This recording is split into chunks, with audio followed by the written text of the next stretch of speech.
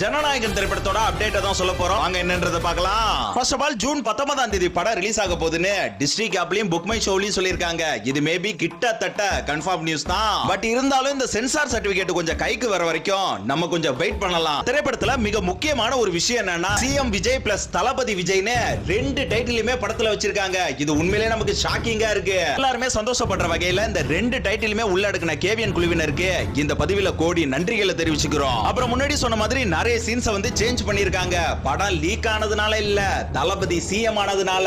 ஏன்னா நம்ம தளபதியை சிஎம் ஆக்குறதுக்கு உருவாக்கப்பட்ட திரைப்படம் தான் இந்த ஜனநாயகன். இப்ப தளபதியே சிஎம் ஆனதுனால அதுக்கேத்த மாதிரி அந்த திரைப்படத்தை ரெடி பண்ணிருக்காங்க. தியேட்டர்ல வேற மாதிரி இருக்கும். இன்னைக்கு டேட்டுக்கு இது கடைசி படம் அப்படின்னு சொன்னா யாரும் பெருசா எடுத்துக்க மாட்டாங்க, இன்ட்ரெஸ்டும் காட்ட மாட்டாங்க. ஆனா 2 வருஷம் கழிச்சு பாருங்க, மத்த ஹீரோஸோட படங்கள் வரப்பதான் இவரோட வேல்யூ என்னன்றது எல்லாருக்கும் தெளிவா புரியும். சினிமாவுல ஏதோ ஒரு மூலையில ஆண்ட பரம்பரை இல்லடா, ஒட்டுமொத்த சினிமாவே ஆண்ட பரம்பரை.